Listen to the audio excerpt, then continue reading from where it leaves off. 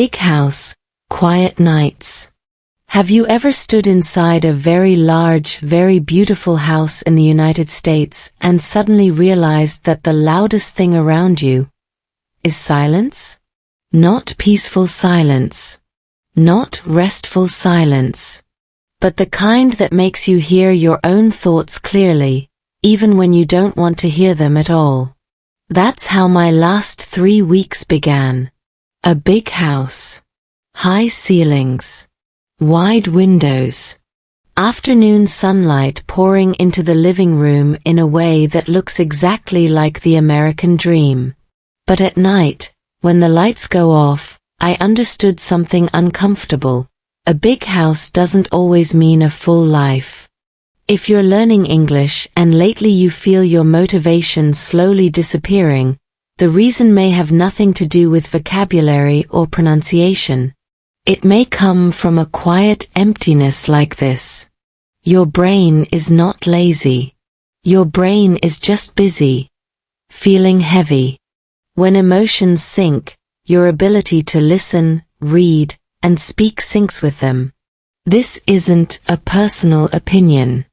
Cognitive psychology shows that emotional stress reduces working memory, the part of the brain responsible for processing language. In simple words, when your heart is tired, your ears don't work as well.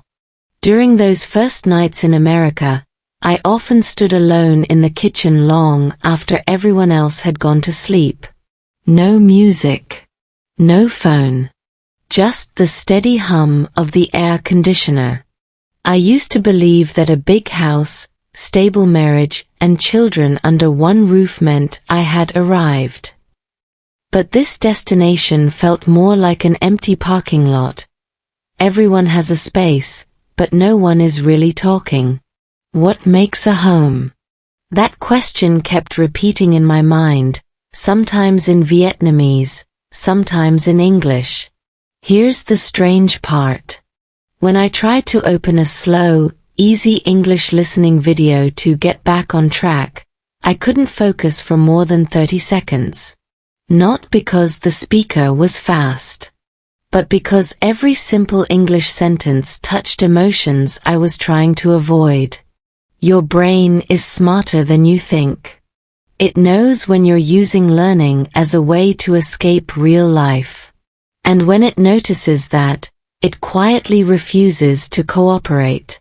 There's a concept in psychology called emotional congruence. It means your brain absorbs information better when your inner emotional state matches what you're hearing. If you're emotionally drained but force yourself to consume overly cheerful, high-energy English content, your brain pushes back. Gently. Politely. By making you sleepy.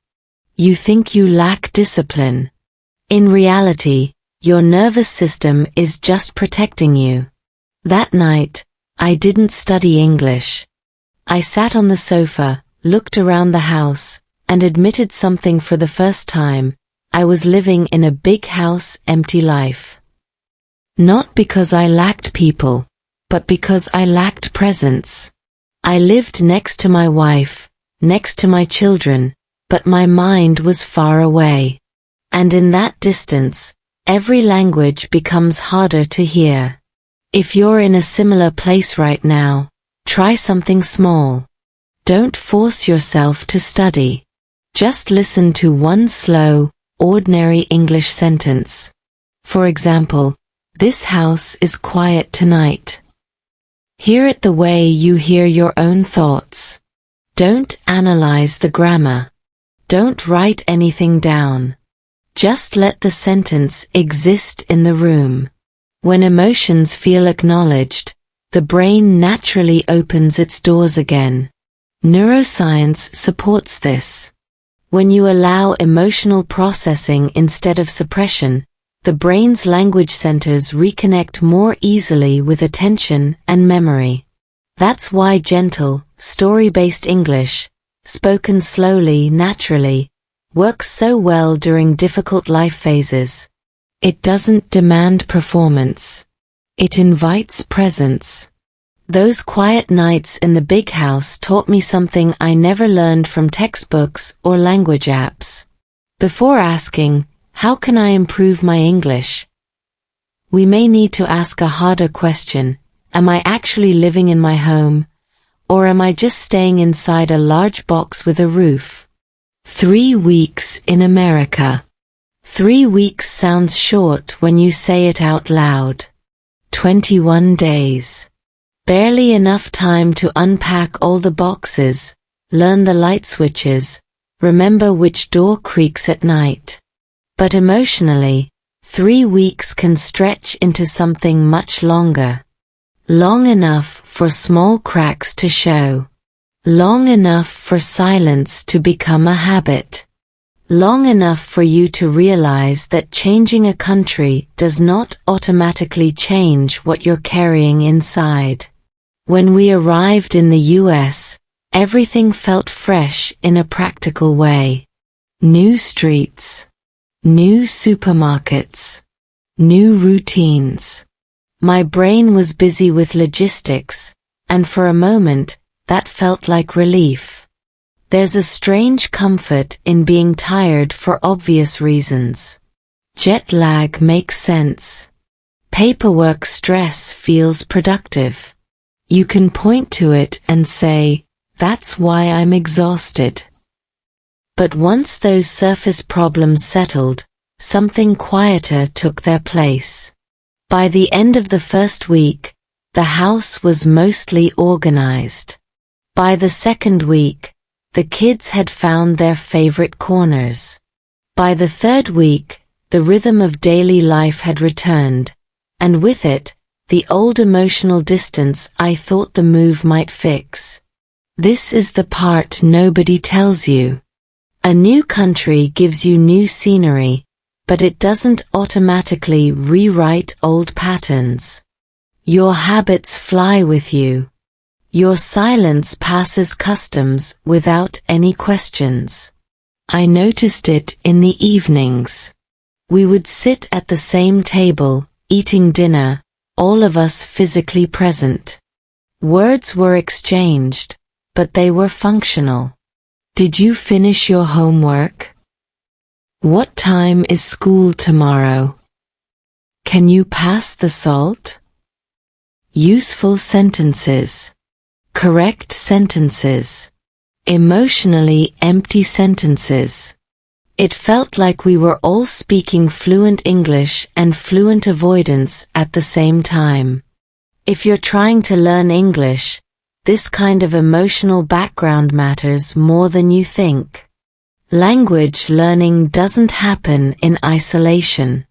It's deeply tied to identity and belonging. Research in applied linguistics shows that learners absorb language more effectively when they feel socially and emotionally safe. When that sense of safety is missing, the brain prioritizes self-protection over learning. In simple terms, if your life feels unstable, your brain is not interested in mastering phrasal verbs. During these 3 weeks, I kept telling myself I should practice English more. After all, I was surrounded by it. Street signs, neighbors, television, real life. But exposure alone doesn't equal learning. You can hear English all day and still feel disconnected from it, especially when your inner dialogue is louder than the world outside. One night, after everyone had gone to bed, I sat at the dining table with a notebook. I wrote a single sentence in English: "I am here, but I don't feel at home yet." It wasn't for grammar practice. It was a confession. And something interesting happened.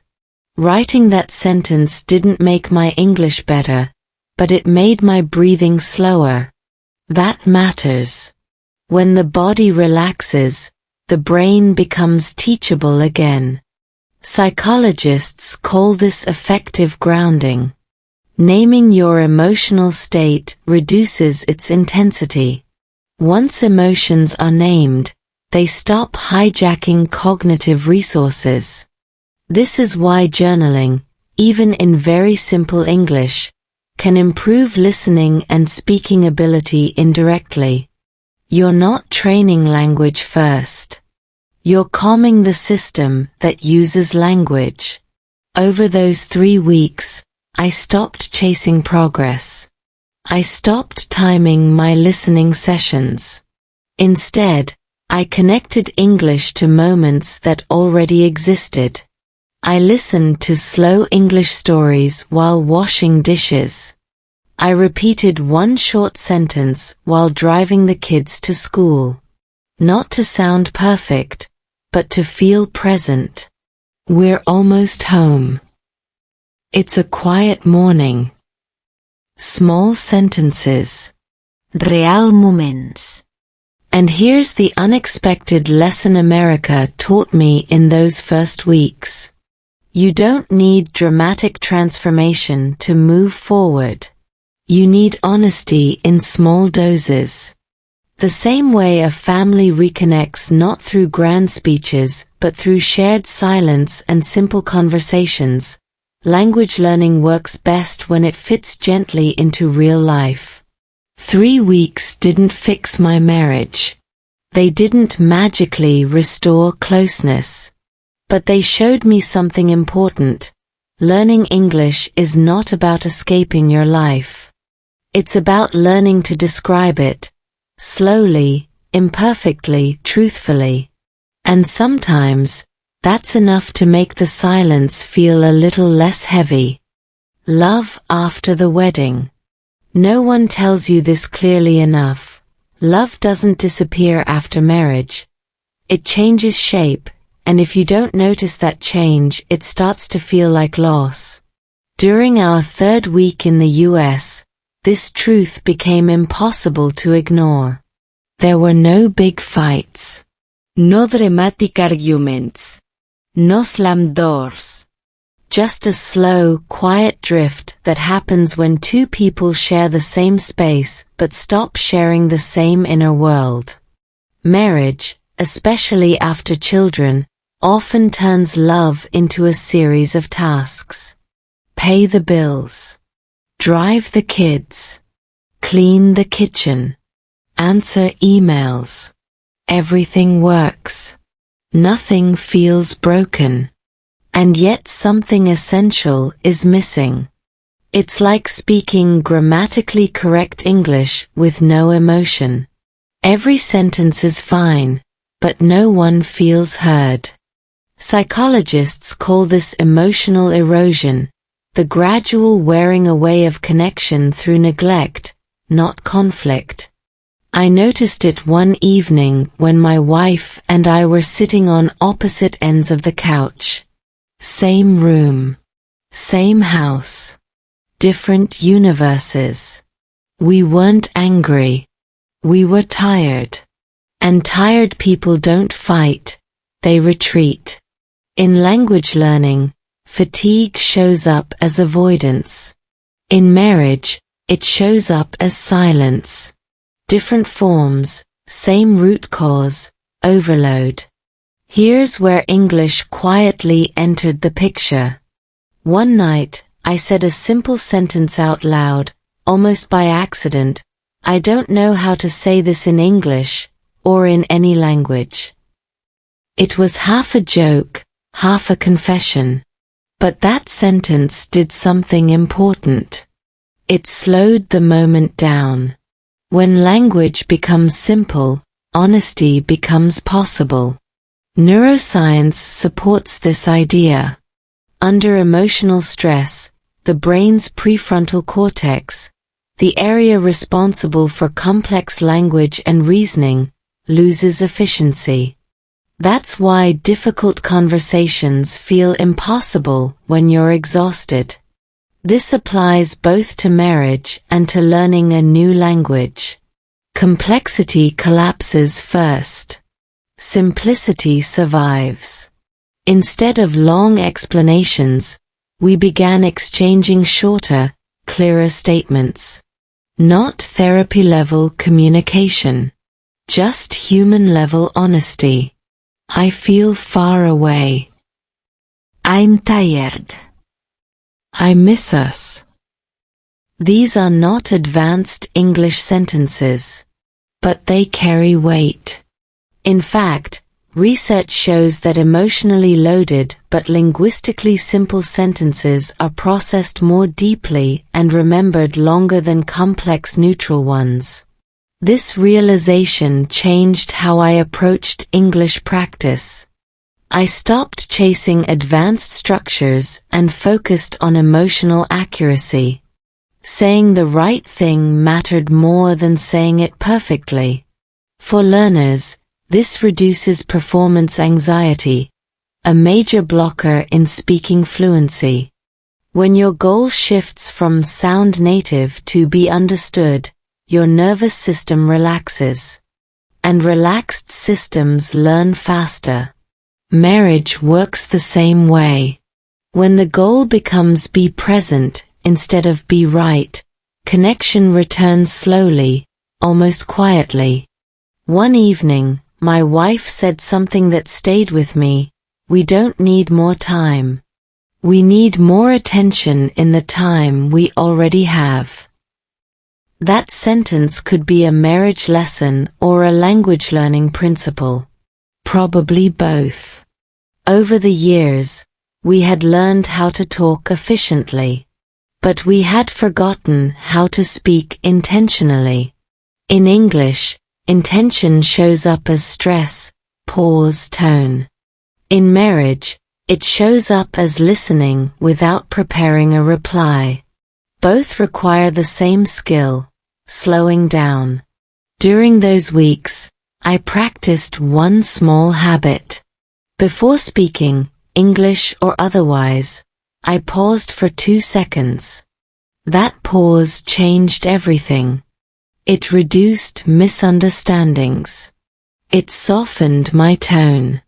Studies in communication psychology show that micropauses improve empathy and clarity. Silence, when used well, becomes a bridge instead of a wall.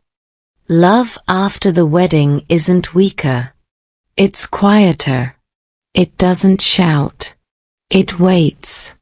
And if you're not listening carefully, you'll think it's gone. Learning English in adulthood feels similar. Progress becomes subtle. Improvements hide in comfort, not excitement. You don't feel smarter, you feel calmer. That's the lesson week 3 gave me. Love doesn't fail because of big mistakes. It fades when small things stop happening. A shared look. A simple sentence. A pause before speaking. Bring those back, and both language and marriage begin to breathe again. Children in the next room. There is something quietly unsettling about hearing your children laugh in the next room while you sit in silence with your own thoughts. Their voices sound light, careless, full of life. And for a moment, you wonder how two realities can exist so close to each other. Joy on one side of the wall. Emotional distance on the other. During our 3rd week in the US, this contrast became sharper every day. Children are incredibly sensitive to emotional climate, even when adults believe they are hiding it well. You may not argue. You may not raise your voice. But children don't listen with their ears alone. They listen with their nervous systems. Developmental psychology shows that children pick up emotional tension through tone, posture, timing, and silence more than through words themselves. In other words, they hear what you don't say. One afternoon, I sat at the kitchen table while my kids played in the living room. They were speaking a mix of languages, English from school, our native language at home. Their sentences weren't perfect, but their communication was alive. They laughed, interrupted each other, invented words. No fear. No self-correction. That's how humans learn language naturally, through safety and connection, not evaluation. And that's when it hit me. My children were learning English faster than I was, not because they were younger or smarter, but because their emotional environment was lighter. Their brains weren't busy protecting them. Mine was. Stress creates mental noise. And noise makes it hard to hear new sounds, new meanings, new rhythms. In family life, adults often believe that providing stability means hiding struggles. But research in family systems psychology suggests the opposite. When children sense unspoken tension, they internalize it. They don't need full explanations, but they do need emotional honesty at a level they can feel. A calm presence is more protective than perfect behavior. That evening, instead of pushing myself to practice English alone, I invited my children into it. Not as a lesson. As a shared moment. We sat on the floor and read a short English story, slowly. I didn't correct their pronunciation. I didn't explain every word. I just followed their pace. What do you think this means? I asked. They guessed. Sometimes wrong. Sometimes surprisingly right. This aligns with what language researchers call low-stress input. When learners feel emotionally safe, the brain's language filter lowers, allowing new sounds and structures to pass through more easily. Children live in this state naturally. Adults have to rebuild it intentionally. Something unexpected happened during those reading sessions. The house felt warmer. Not louder. Warmer. The distance between rooms shrank. My wife joined us quietly, sitting nearby. No grand conversation. Just shared attention. In that moment, English wasn't a subject. It was a bridge. Later that night, after the kids were asleep, I realized something important. Children don't need perfect parents. They need present ones. And presence has a sound. It sounds like slower speech, longer pauses, gentle tone. These are exactly the qualities that make English easier to understand and speak. There's a concept in neuroscience called co-regulation. It means that nervous systems calm each other down through proximity and shared rhythm. Children regulate through adults. Adults can also regulate through children, if they allow it. Sitting on the floor, reading slowly, matching their pace, that wasn't just helping them. It was helping me. If you're learning English while raising a family, stop separating those worlds. Don't wait for quiet, perfect study time. Use real life. Read one short paragraph together. Say one simple sentence together. We're reading now. It's a calm night. These moments train your brain to associate English with safety, not pressure. Children in the next room are always listening. Not for your grammar. For your presence. And when they feel it, the house changes. It stops being a place where people sleep under the same roof. It becomes something softer, something alive. A home where language, love, and learning grow together, without anyone forcing them to. English between arguments. Most arguments don't start with shouting. They start with timing. A sentence said too late. A question asked when the other person is already tired. A response delivered in the wrong tone. During those weeks in America, I noticed that the most emotionally charged moments in our house were not loud, they were awkward. Short exchanges that ended too quickly. Words that landed wrong and stayed there. English slipped into these moments quietly. Not as a learning tool, but as a mirror. Sometimes, when emotions were high, I found it easier to think in simple English than in my native language. English felt more distant, less loaded. Saying, "I need a break" in English felt safer than saying the same thing in a language filled with shared history. This is not unusual. Psycholinguistic research shows that using a second language can create emotional distance, reducing reactivity during conflict. But distance cuts both ways. It can protect you, or it can create more space than you intended. One evening, after a small disagreement that wasn't really about anything important, I realized we had both gone quiet.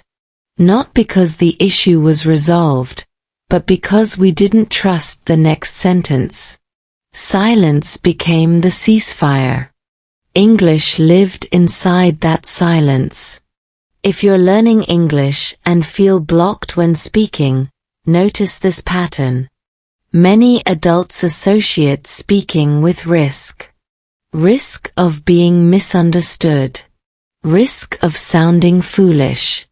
Risk of escalating tension. Your brain remembers these micro-failures and responds by slowing you down. This is why fluency disappears under emotional pressure. It's not lack of knowledge, it's lack of safety. There's a concept called emotional prosody, the rhythm, pitch, and stress that carry feeling beyond words. In conflict, prosody matters more than vocabulary. A simple sentence spoken gently can calm a room. The same sentence spoken sharply can ignite it.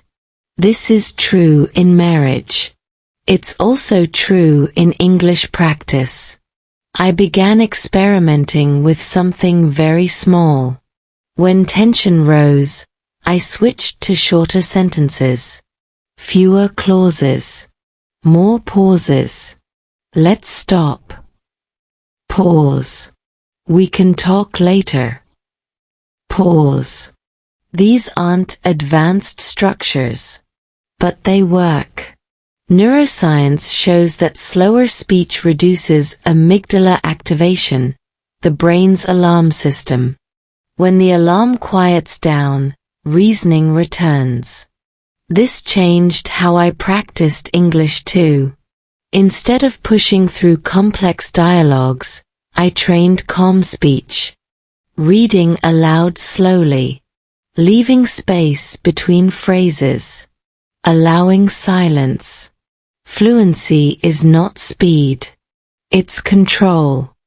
And control starts with the nervous system, not the tongue.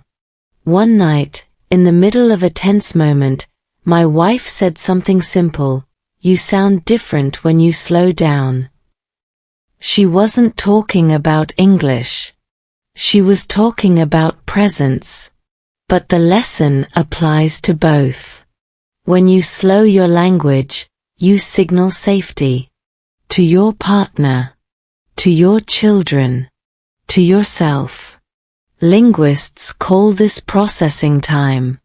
Giving the brain enough time to decode and respond.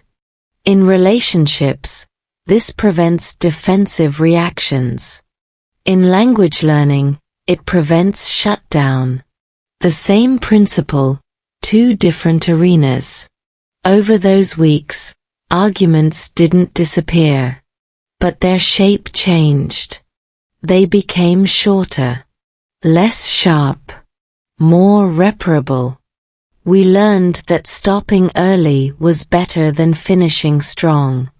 In English, Stopping to breathe is often better than pushing to finish a sentence perfectly. If you're practicing English through real-life stories, pay attention to these moments between words. The pauses. The hesitations. The gentle corrections. That's where real communication lives. Not in flawless grammar, but in mutual regulation. English between arguments taught me something unexpected. Language isn't just a tool for expressing thought. It's a tool for managing emotion. When used slowly, carefully, it doesn't escalate conflict, it softens it. And sometimes, the most powerful sentence you can say, in any language, is the one that leaves space after it. Why motivation disappears. Motivation rarely vanishes overnight. It leaks out slowly, like air from a tire you don't notice until the ride becomes uncomfortable. One day you tell yourself you'll practice English tomorrow. The next day you feel tired for no clear reason. By the third day, the idea of listening or speaking feels strangely heavy. During my weeks in America, I finally understood why this happens. Not just in language learning, but in life. We often blame ourselves. I'm lazy. I have no discipline. But motivation is not a personality trait. It's a biological response to meaning, safety, and reward. When any of those disappear, motivation follows. Neuroscience shows that dopamine, the chemical linked to motivation, is released not by effort alone, but by the expectation that effort will lead to something emotionally valuable. If your emotional life feels disconnected, the brain stops investing energy. This was exactly my situation. My family life felt fragile. My sense of home was unclear. And in that emotional fog, learning English felt pointless. Not difficult, pointless. That distinction matters. Difficulty challenges the brain. Pointlessness shuts it down. When the brain can't see how an action supports survival or belonging, it quietly deprioritizes it. Language learning is deeply tied to identity. You're not just learning words, you're learning how to exist in another social world. When your personal world feels unstable, your brain resists expanding into a new one. Psychologists call this identity load. When identity is under threat, the brain narrows focus instead of broadening it. I noticed that every time I tried to force a study session, my body reacted first. Tight shoulders. Shallow breathing. Restlessness. These are not signs of laziness. They're signs of nervous system overload. The body says not now, even when the mind says you should. Understanding this changed everything. Instead of asking, how do I get motivated again? I asked a softer question, what makes my brain feel safe enough to learn? Safety, it turns out, is the foundation of motivation. Not pressure. Not goals. Safety. Research in educational psychology confirms this. Learners who feel emotionally regulated show higher persistence and better long-term retention than those driven by external pressure. This is why harsh self-discipline often backfires. It adds threat, not safety. So I stopped chasing motivation. I lowered the bar. I gave my brain permission to engage in English only when it felt neutral or slightly curious, not inspired. I listened to familiar, slow stories. I repeated sentences I already understood. No progress tracking. No performance metrics. And slowly, motivation returned, not as excitement, but as willingness. There's an important difference. Excitement is volatile. Willingness is stable. In family life, excitement fades after marriage. Willingness keeps love alive. In language learning, excitement fades after the first weeks. Willingness carries you through the quiet months. One night, I realized something simple. I didn't need English to escape my life. I needed English to name it. Saying, "I feel disconnected," or "this is a hard week" in simple English gave my experience shape. And once experience has shape, it becomes manageable. This is supported by neuroscience. Labeling emotions activates the prefrontal cortex, reducing emotional overwhelm and increasing cognitive flexibility. In plain terms, when you put feelings into words, even basic ones, the brain regains control. Motivation grows from control. If you're struggling right now, don't ask yourself to try harder. Ask yourself to slow down. Choose content that feels emotionally honest, not artificially positive. Let English sit beside your life, not on top of it. Motivation didn't disappear because you failed.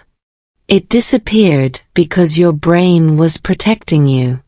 Once you understand that, the fight stops.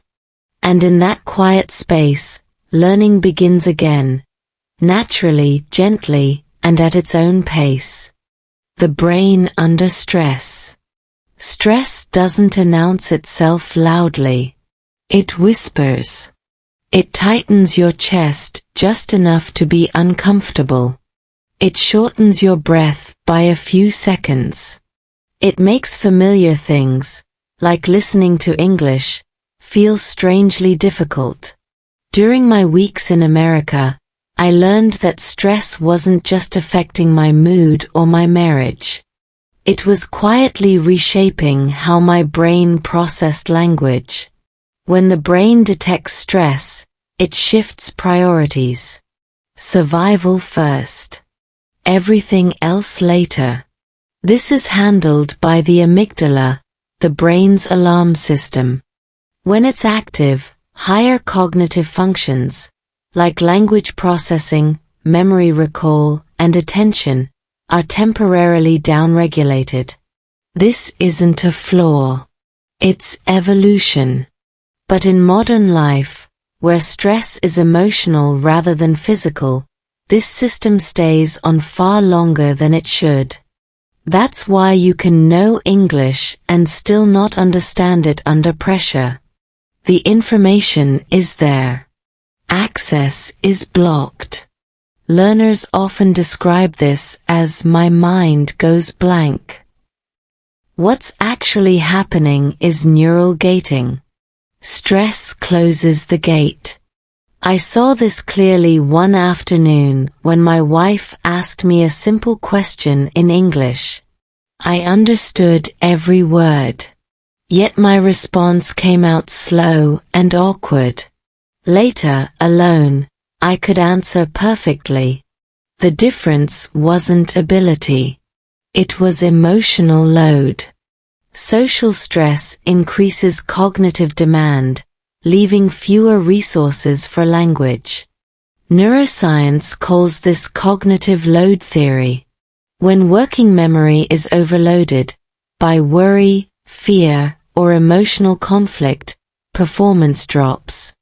Language learning relies heavily on working memory, which is fragile under stress. This explains why adult learners struggle more than children. Not because of age, but because adults carry more unresolved stress. Children, by contrast, live closer to the present moment. Their stress cycles complete faster. That's why they recover quickly and learn rapidly. Adults often stay stuck in stress loops, replaying conversations, anticipating conflict, holding unspoken tension. The brain stays in defense mode. Understanding this changed how I practiced English. I stopped expecting clarity when I was emotionally activated. Instead, I focused on recovery first. Deep breathing. Slower pace. Simple input. Studies show that slow breathing stimulates the vagus nerve, calming the nervous system and reopening access to language centers. I also changed my expectations. I stopped measuring fluency by speed or complexity. Under stress, clarity matters more than elegance. A clear, slow sentence is more valuable than a perfect one you can't access. This mindset reduced pressure, which ironically improved performance. The same principle applied to family life. When emotions were high, we paused conversations. Not to avoid them, but to let our brains reset. Stress makes people speak past each other. Calm allows listening. Language, any language, requires both. There's a powerful feedback loop here. Stress reduces language ability. Reduced language ability increases frustration. Frustration creates more stress. Breaking the loop requires intervening at the nervous system level, not the grammar level.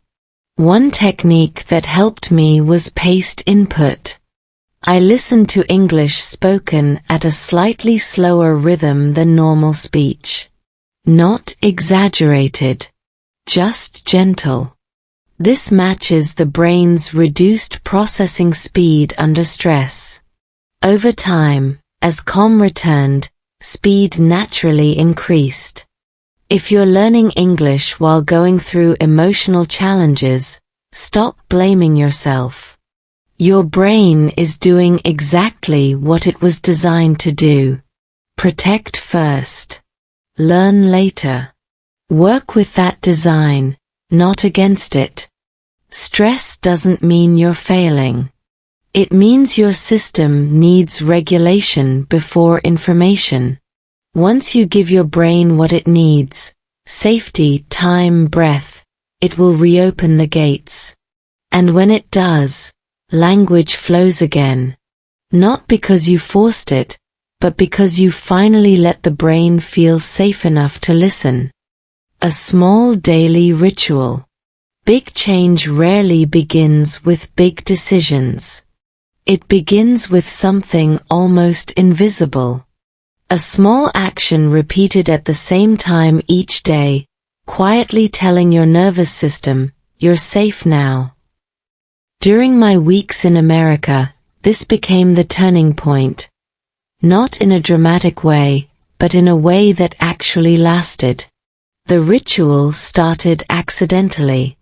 Every morning, just after the kids left for school, the house went still.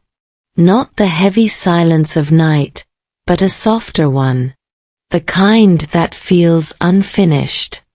Instead of filling it with news or scrolling, I sat at the kitchen table with a cup of coffee and listened to 3 minutes of slow English. Not a lesson. A story. One voice. Calm pace. No subtitles at first. 3 minutes sounds meaningless. It isn't. Neuroscience shows that consistency matters more than duration. Short, predictable routines lower cortisol levels and increase a sense of control. The brain loves patterns. When it knows what's coming, it relaxes. And a relaxed brain learns. I didn't take notes. I didn't repeat every sentence. I just listened. If a sentence stayed with me, I let it. If not, I let it go. The goal wasn't improvement. The goal was presence. Over time, this shifted my relationship with English. It stopped being something I had to conquer and became something that accompanied me. I noticed something else too. On mornings when I skipped the ritual, the day felt sharper, more reactive. Small irritations grew quickly. On mornings when I kept it, conversations at home felt softer. This wasn't coincidence. Slow, rhythmic language input has a regulating effect similar to music. It entrains the nervous system, synchronizing breath and attention. Psychologists call this state-dependent learning. When you associate learning with a calm state, recall becomes easier in that same state later. By pairing English with calm mornings, I trained my brain to access language without stress. After a few days, my wife started joining me occasionally. She didn't say much. She just sat nearby, sipping coffee. No discussion. No analysis. But the shared silence mattered. Rituals don't need words. They need consistency. Eventually, the kids noticed. They didn't interrupt. They sensed the tone. That's the power of ritual. It changes the emotional temperature of a space. Families don't reconnect through speeches. They reconnect through repeated moments of calm attention. I also added one small speaking habit. After listening, I spoke one sentence out loud. Always one. Never more. Sometimes it was a sentence from the story. Sometimes it was about my life. This morning feels quiet. I'm not in a hurry today. Saying it out loud anchored it in the body. Speaking, even briefly, completes the language loop. From a cognitive perspective, this engages both receptive and productive language systems without overload. It's efficient and sustainable. Over weeks, my confidence grew, not because my English became advanced, but because it became accessible. The ritual did something deeper too. It reintroduced gentleness into my life. In marriage, gentleness opens conversation. In parenting, it builds trust. In learning, it builds capacity. If you're overwhelmed, don't redesign your life. Design one small moment. Same time. Same place. Same tone. Let English live there quietly. No pressure. No performance. That's how change actually happens.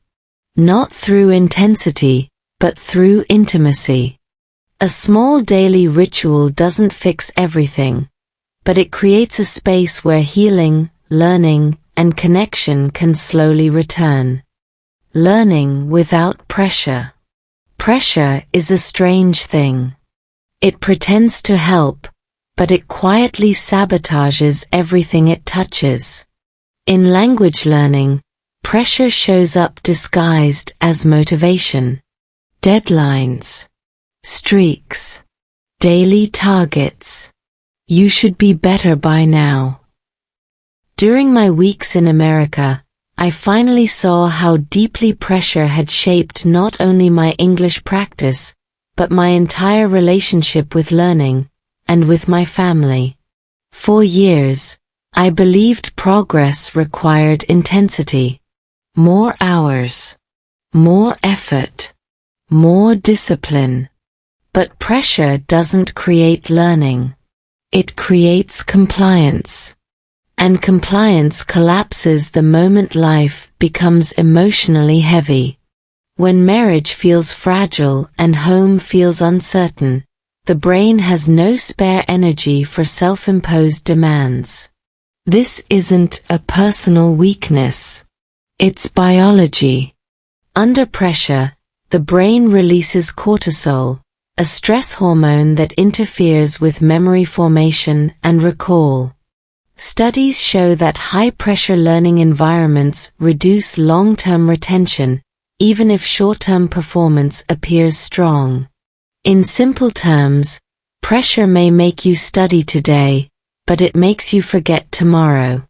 I noticed this pattern clearly. On days when I forced myself to do English, I finished exhausted and discouraged. On days when I allowed English to exist without goals, I remembered more. I enjoyed more. And enjoyment, not effort, turned out to be the fuel I was missing. Children understand this instinctively. They learn through play, repetition, and curiosity. Adults replace curiosity with judgment. Every mistake becomes evidence.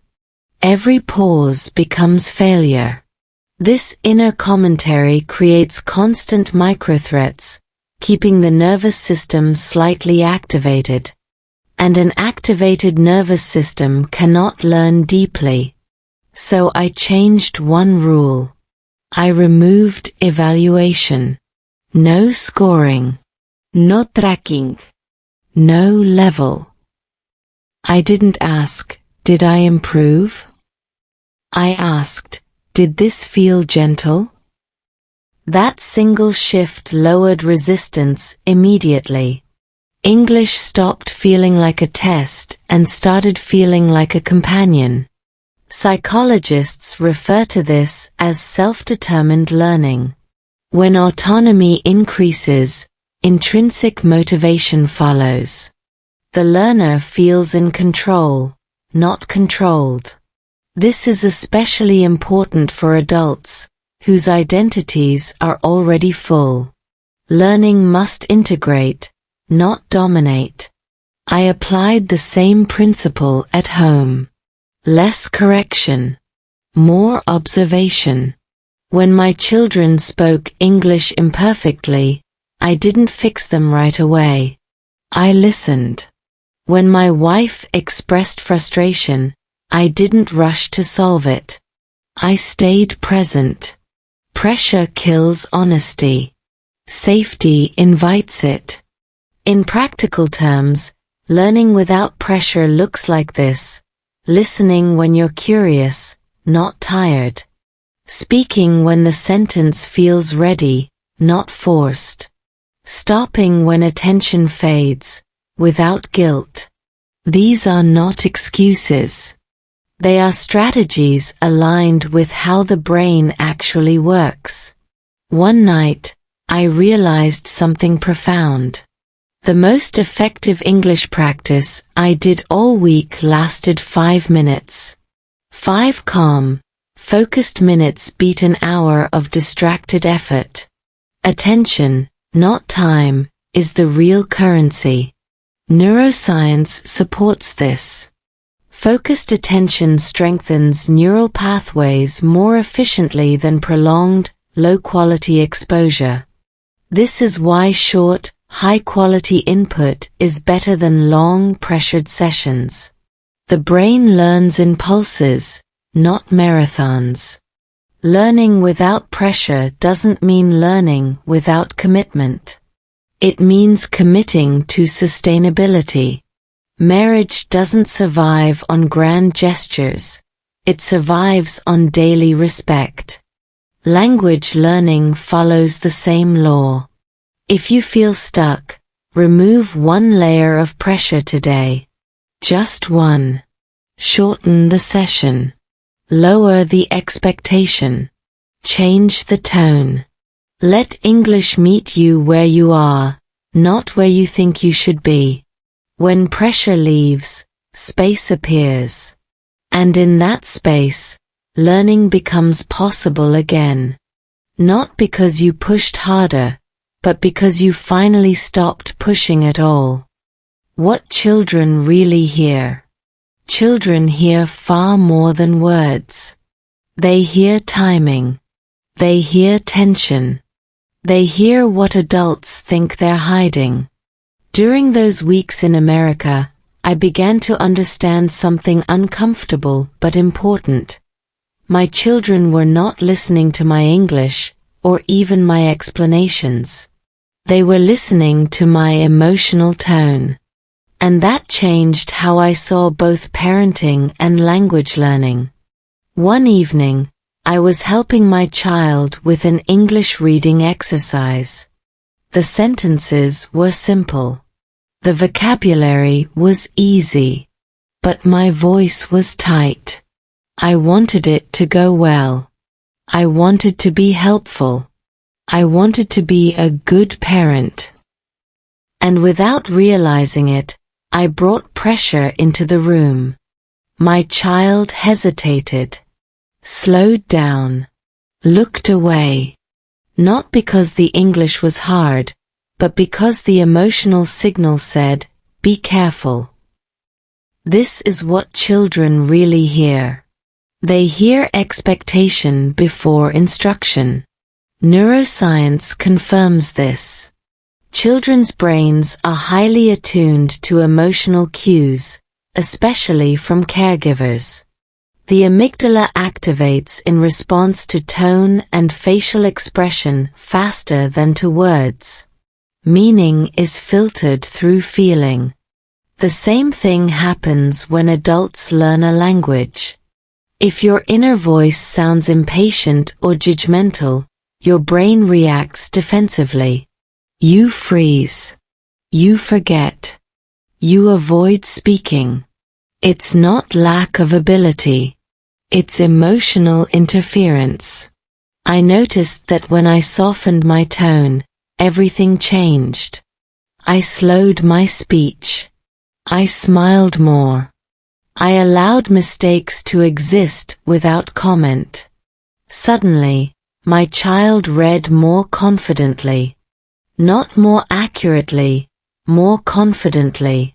Confidence always comes before accuracy. This mirrors a key principle in language acquisition. Comprehension precedes production. Safety precedes risk. When learners feel safe, they experiment. When they experiment, they grow. In family life, we often focus on what children should hear: rules, advice, explanations. But what they absorb most deeply is how we regulate ourselves. Do we pause before speaking? Do we listen without interrupting? Do we stay calm when things aren't perfect? These behaviors teach more than any sentence ever could.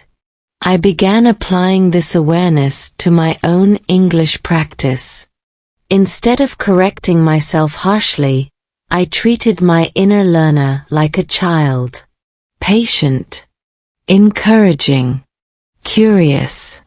When I mispronounced a word, I smiled. When I forgot a phrase, I paused. No punishment. Just attention. Psychologists call this self-compassion. Research shows that learners who practice self-compassion demonstrate higher resilience and better long-term outcomes. Shame may produce short bursts of effort, but kindness produces consistency. One morning, my child said something that stayed with me. After finishing a short English story, they looked up and said, "That was easy today." The text hadn't changed. The environment had. Emotional safety had turned difficulty into ease. That's when I realized, children don't learn because adults teach well. They learn because adults create safe spaces. And adults don't learn because content is perfect. They learn because the inner environment allows it. If you're learning English at home, especially around children, Remember this. Your tone is teaching them how to feel about learning. Your pauses are teaching them how to think. Your kindness, to them and to yourself, is teaching them how to grow. What children really hear is not your fluency. It's your presence. And when presence leads, language follows. Slowly. Naturally. Without fear. Redefining home. For a long time, I believed home was something you could measure. Square footage. Number of rooms. A good neighborhood. A quiet street. And in America, those measurements are easy to find. During those weeks, we had all the external signs of stability. A big house. A safe area. Everything on paper looked right. Yet emotionally, something was missing. That's when I realized I had been using the wrong definition. Home is not a place where everything works. It's a place where you're allowed to be unfinished. This understanding didn't arrive as a sudden insight. It grew slowly, through small moments of honesty, shared silence, and imperfect conversations. One evening, the power went out briefly. No lights. No internet. The house felt different immediately. Smaller. Quieter. We lit a candle and sat together in the living room. No phones. No distractions. Just presence. And for the first time in weeks, the house felt warm. Not because of electricity, but because of attention. Psychologically, this makes sense. Humans regulate through connection. When distractions disappear, nervous systems sink. This is why people often feel closer during crises. The external noise fades, and what remains is relational awareness. Language learning is similar. When you remove performance pressure and external expectations, learning becomes relational. You're no longer trying to impress. You're trying to connect. With meaning. With story. With yourself. I began redefining home in practical ways. Home became the place where English was allowed to be slow. Where sentences didn't need to be impressive. Where silence was not awkward. Just present. English stopped being something I practiced and became something I lived inside. This shift affected my family too. We stopped rushing conversations. We let them end naturally. We allowed pauses. Studies in family communication show that perceived emotional availability predicts relationship satisfaction more than frequency of interaction. Being present matters more than being busy. In the same way, being mentally present during 5 minutes of English matters more than consuming hours of content passively. Presence is what turns space into home and input into learning. I noticed something subtle. As home felt safer emotionally, my English felt easier. Not better. Easier. Words came without force. Listening felt less like effort and more like curiosity. This isn't coincidence. The brain associates safety with openness. When one area of life stabilizes, others benefit. Redefining home also meant letting go of comparison. In America, it's easy to measure yourself against others. Bigger houses. Better jobs. Faster progress. Comparison is poison to both marriage and learning. It introduces threat. Threat triggers defense. Defense blocks connection. Instead, I focused on alignment. Does this routine support calm? Does this conversation support connection? Does this learning practice support honesty? These questions guided decisions better than any external standard. Home, I realized, is not where you escape from the world. It's where you recover enough to re-enter it. Language learning works the same way. English is not a performance stage. It's a resting place where thoughts can form slowly. If you're building a home, physically or emotionally, remember this. Comfort doesn't come from perfection. It comes from permission. Permission to be slow. Permission to be wrong. Permission to pause. Once that permission exists, a house becomes a home. And learning becomes something you return to, not something you force yourself through. A quiet promise. Not all promises are spoken out loud. Some are made in silence, at the end of a long day, when everyone else is asleep and you're finally honest with yourself. During my last week in that big house in America, I made one of those promises. Not dramatic. Not heroic. Just quiet and real. It happened late at night. The house was dark. The children were asleep in their rooms. My wife was already resting. I stood alone in the hallway for a moment, listening to the low hum of the house. No arguments. No lessons. No expectations. Just breathing. And I realized something important. I didn't need to fix everything. I needed to stay. For a long time, my approach to learning English, and to life, was about escaping. Escaping discomfort. Escaping silence. Escaping the feeling of not being enough. But language doesn't work well as an escape tool. Neither does marriage. Neither does parenting. All of them demand presence, not perfection.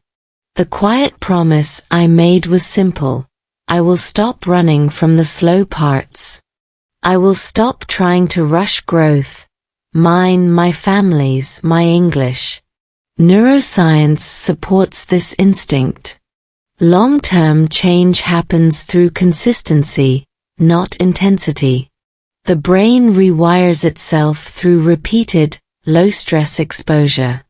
This is how habits form. This is how trust rebuilds. I promise to show up every day in small ways. One calm sentence in English. One honest check-in with my wife. One moment of attention with my children. Not to prove anything. Just to participate.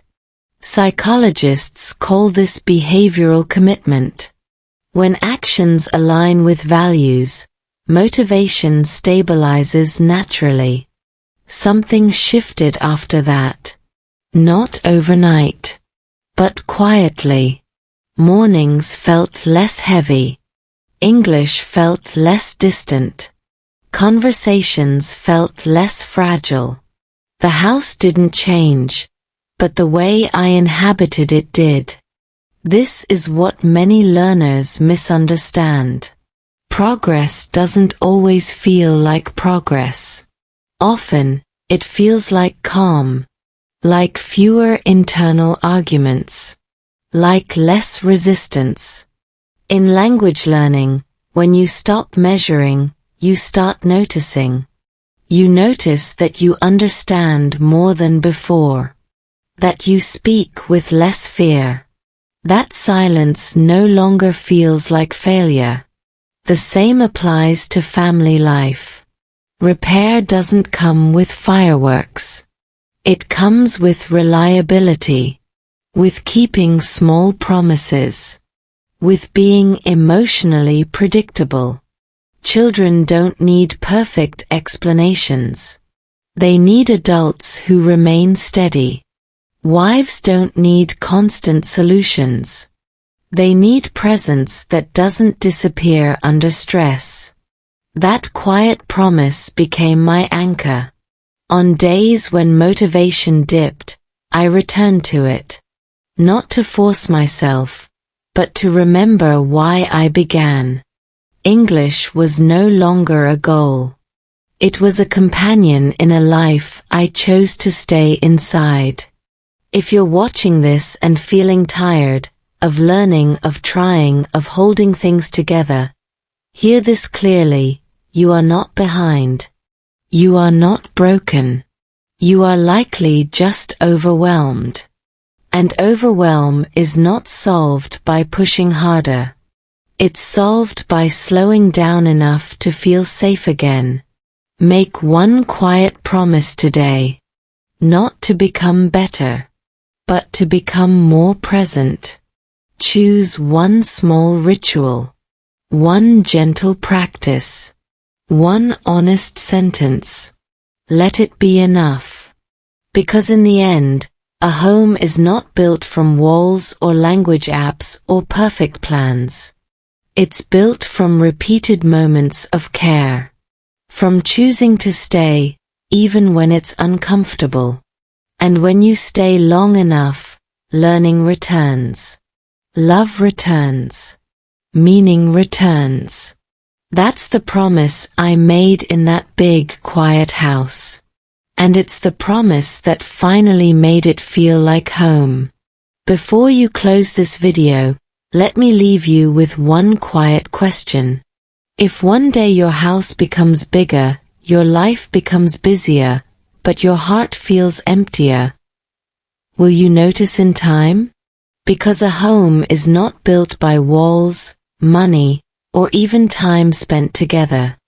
A home is built by presence, by slow conversations, by the courage to stay when it's uncomfortable, and sometimes, by learning to listen again, to others and to yourself, in a language that forces you to slow down.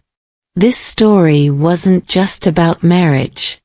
It wasn't just about children. And it definitely wasn't just about English.